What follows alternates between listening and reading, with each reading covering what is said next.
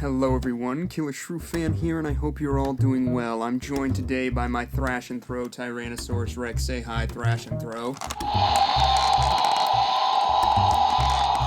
Yes, always good to have you around, and today we are going to be going over all that we have gotten so far from Mattel at San Diego Comic-Con happening right now. A lot of stuff's been coming out, a lot of it good, I might add, but today was kind of the panel day wherein Mattel discussed their plans for the future, so as you can imagine, there's a lot of news to go over. So we're going to jump right in. We're going to start off with some of the less, exciting stuff and then kind of work our way up. So off the bat here, we've got a fresh look.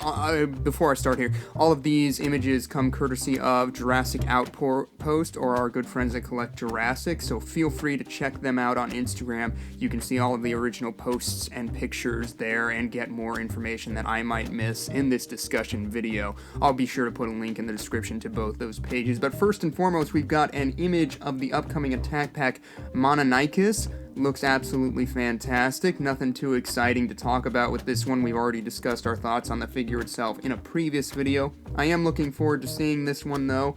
We'll hit the shelves. Next up, we've got another image of the upcoming Mega Duel Attack Amargasaurus, and I gotta say, the more I see this one, unfortunately, the less I like it. It's kind of disproportionate. It looks a little cartoony to me.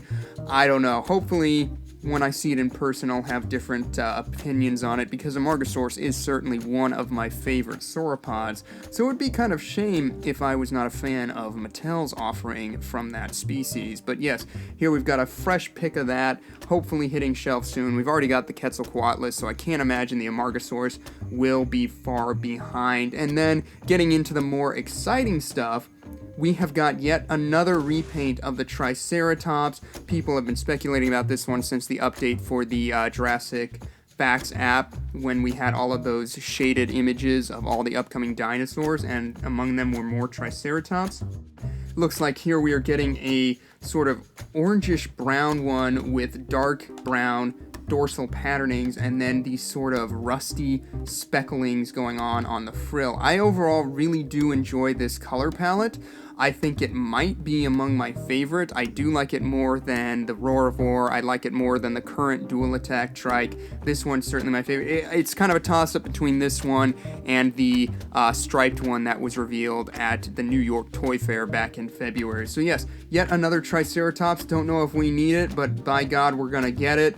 And now for something a little more exciting, we have got our first inbox images of the upcoming Battle Damage Spinosaurus. I gotta say, I'm really glad that this thing comes pre-assembled, because you can display it straight from the box, and if you already have the Legacy version, there's no need to take it out. The battle damage is done incredibly well on this thing now that we see it with it actually closed. I mean, I hardly can tell that it's there. You've still got the usual, nipple thing to help pull it out, but, and then you've got the rim, but it blends in quite well, so if you're not a fan of the battle damage, it looks like it won't be such an eyesore. The paint scheme also looks a bit better on the actual product than in the promo images, as has been the case in the past for a lot of Mattel's products. Comes pre-assembled, like I said, which is great, and something else about this thing, it has pumping blood for the battle damage. That's what I read in a post. That was what that weird thing was in the promo images. The blood, pumps through the clear bubble. So, straight out of the 90s with that. That's kind of gory, but a lot of fun, and you've still got the chomping feature and everything. So, if you missed out on the Legacy Spinosaurus, this one's coming. If you're not a fan of battle damage, at least it's, involved, and it's not just some wound. It's got an actual gimmick behind it, so props to Mattel for going above and beyond with that. Not much else to say about this one. I mean, it's sizable, it's impressive, looks good in the box. But speaking of battle damage, we have got our first in-box look at the upcoming Ultimate Breakout Baryonyx playset. Kind of have mixed feelings about this one. First and foremost, here's a good look at the Baryonyx itself. Features a familiar yet still different color scheme. I'm glad that they switched it up from last year when we got the Baryonyx and then they did the Lava Surge playset. All they did was paint the snout orange. So this year they could have just done the Baryonyx that they gave us for the Dino Rivals line, the green one, and then painted the snout, I don't know, red or something. So I'm glad that they're giving us a totally new and unique paint scheme to this playset. Unfortunately, there are some big unfortunates with this one. First and foremost, we've got yet another Owen on a motorcycle. I swear to God, one day the human race will go extinct. And when we do, another intelligent race is going to take our place. And the geologists of that time will be out digging in a field, and they will find a god-forsaken Mattel Owen figure. I am so sick of seeing Owen in toy form. And I love Chris Pratt. I can't imagine what people who don't care for Chris Pratt think of all of these Owen figures. But yes, I swear Mattel's Owen offerings are going to be what future geologists use to piece together what humans looked like in the past. Also, you've got some permanent crayon red stripes, or scratches, I guess, on this Baryonyx. Instead of like the, trapdoor battle damage, it is a permanent painted on wound similar to the battle damage Tyrannosaurus Rex. We also come with, a flare. It looks like you got a flare in there, a couple of compies, the computer from Claire's set, armor for Owen, and of course the ATV. All of this, might be for nothing because Mattel's track records for these playsets has been less than ideal. I mean, the last playset that they promised at San Diego Comic-Con a year ago was the Lockwood battle damage playset, and we all know how that ended up. So I'm kind of not too thrilled about the playset ideas. I don't think there's a place for them on the shelves. I think Walmarts are downsizing as is. So we'll see. Time will tell. I mean, just the track record for the playsets is not good for Mattel. So I am not holding my breath to ever see this in person on the shelf. Might be something we have to import down the line, but hey, at least it's a cool Baryonyx offering at the end of the day. Next up, from Mattel, we have got the long-awaited Amber Collection, which is a 6-inch line of collector figures which feature several points of articulation. From the Jurassic World end of things, we have got Blue, and of course we've got freaking Owen yet again. But yes, a lot of articulation and sculptural details in these things, 6-inch scale. These will be a GameStop exclusive and will be shipped in October.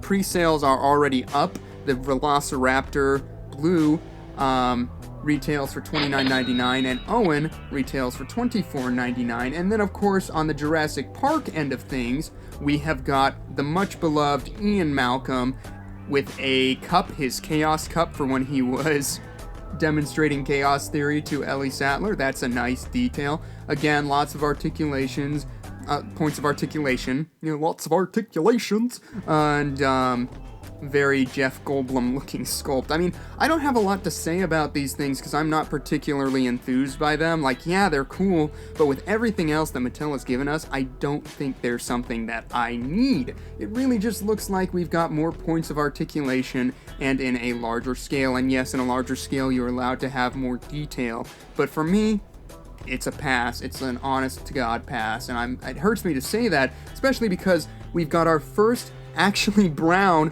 Velociraptor. We've got the big one here in this Amber collection, and she is the first thing from Mattel to actually accurately capture the Jurassic Park Velociraptors, original ones, in my opinion.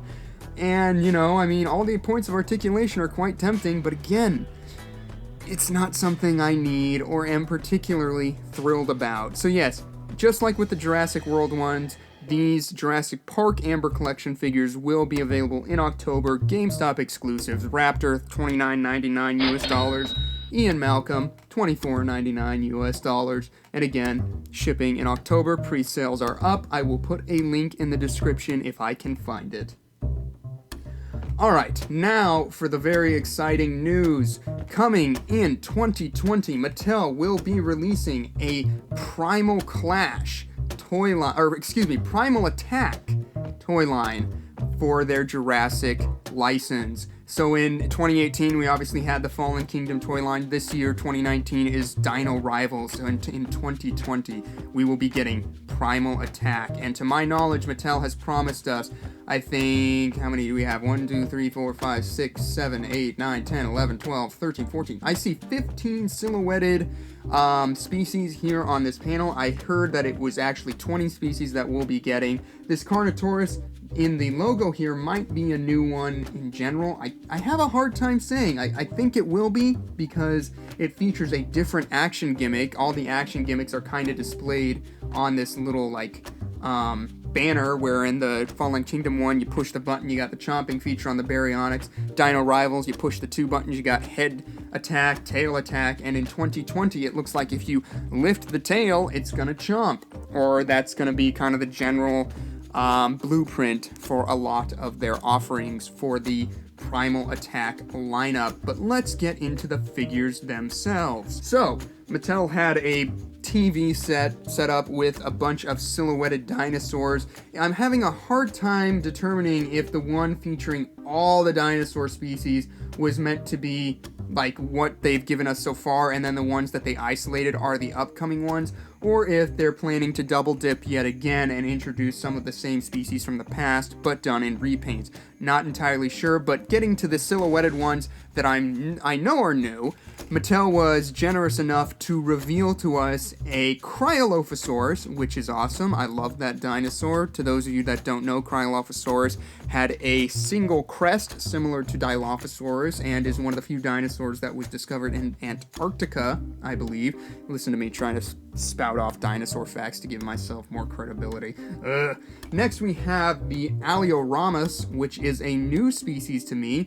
Oh yes, the Cryolophosaurus paint scheme looks kind of like we've got yellows, whites, browns, and a bit of red on the crest, so nice splash of color there. The Alioramus is kind of a warmer tone with browns and oranges, sort of like a blood red actually, and then a cream underbelly. And then the one that I'm most excited about that they revealed is the Edmontosaurus, and it's done in the classic sort of Jurassic World / Jurassic World Evolution color scheme, and it looks fantastic. We don't get a lot of hadrosaurs, and those are like the perfect T-Rex food in my opinion, so the fact that they're giving us yet another one after this year's Parasaurolophus makes me quite excited. Now, to get into the more speculation part of this video. So if you don't like speculation, now is the time to exit out. Thanks for tuning in, all that stuff. Hope to see you again soon, yada, yada, yada. But we have got 1, 2, 3, 4, 5, 6, 7, 8, 9, 10, 11 dinosaurs, or 12, I think. 12 dinosaurs if my first count of 15 was correct, that have not been revealed. So in the back there, we've got some sort of large it looks like some sort of Carcharodontosaurid, perhaps a Giganotosaurus, maybe. That's, this is all speculation, but a sizable theropod dinosaur. Next to it, we have got something with a lot of like quills or spikes coming off of it and running down on the underbelly. This one is potentially the most interesting to me. It has that sort of classic Albelosaur shape.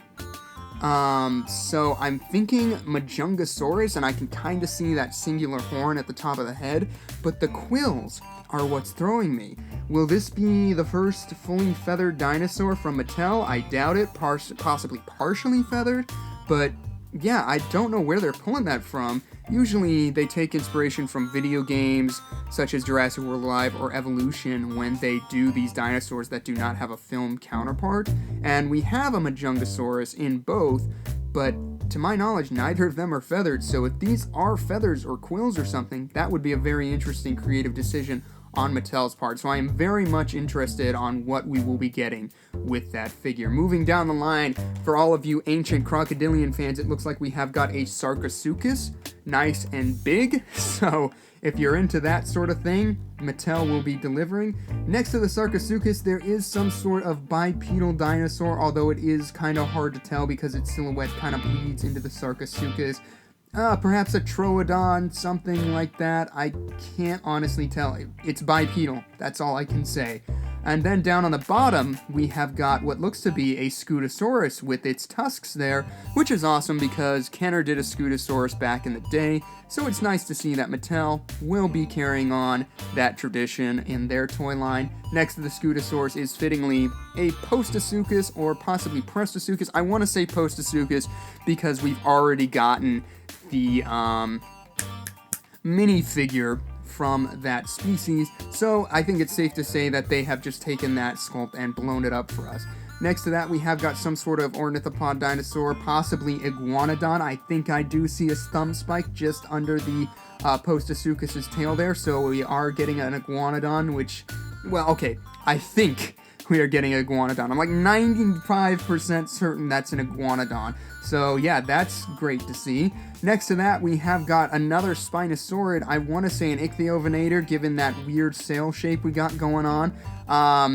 Again, this is all speculation, but to all of you Spinosaurid fans out there, hey, that's some good news. Next to that one, we have got yet another large theropod dinosaur. This one looks a lot more Tyrannosaur in nature, much more so than the one above it. I want to say this is possibly a Tarbosaurus, given the dorsal spikes. I don't think that's a trait in Tarbosaurus actually, but in Jurassic World Alive, like I said, the Tarbosaurus does feature these dorsal spikes, so I wouldn't be surprised if Mattel looked to that figure for inspiration for their Tarbosaur, so that's going to be my official guess for that one. Then below that, we have got two figures. It's hard to say for me. It looks like, I can't even tell the one, all I see is a tail, and then the one below that, possibly a Nodosaur of some sort. It's kind of got that sort of shaped head going on and that sort of squat posture. Again, can't really say for sure, but next to that one, really excited for this, we are actually going to get a Sinoceratops figure because, you know, I mean, Mattel gave us a Sinoceratops figure, or what they called a Sinoceratops figure. It was originally supposed to be Pachyrhinosaurus in their defense, and then they had to label it Sinoceratops as a last-minute decision. But this one actually features the actual features of the Sinoceratops from Fallen Kingdom. The singular large rhinoceros-type horn and curved frill with spiked rim is a dead giveaway, so we will be getting an actual true to form Sinoceratops from Mattel. So I guess the previous one is just going to be a Pachyrhinosaurus from here henceforth. But there you have it, guys. That's everything that was kind of teased to us in the Mattel panel today. Let me know all of your thoughts down in the comments below. Let me know all of your speculations as well. If you have a better idea for what any of these figures are, I'd love to hear them. Let me know if I missed anything, and as always, I want to thank you guys so much for tuning in. If you enjoyed a little discussion video today, don't be afraid to leave a like, and don't forget to subscribe on the way out. We will keep these videos coming as more information comes from Mattel. Alright everyone, thanks again for tuning in, and that's going to do it for us today. Killer Shrew Fan, out.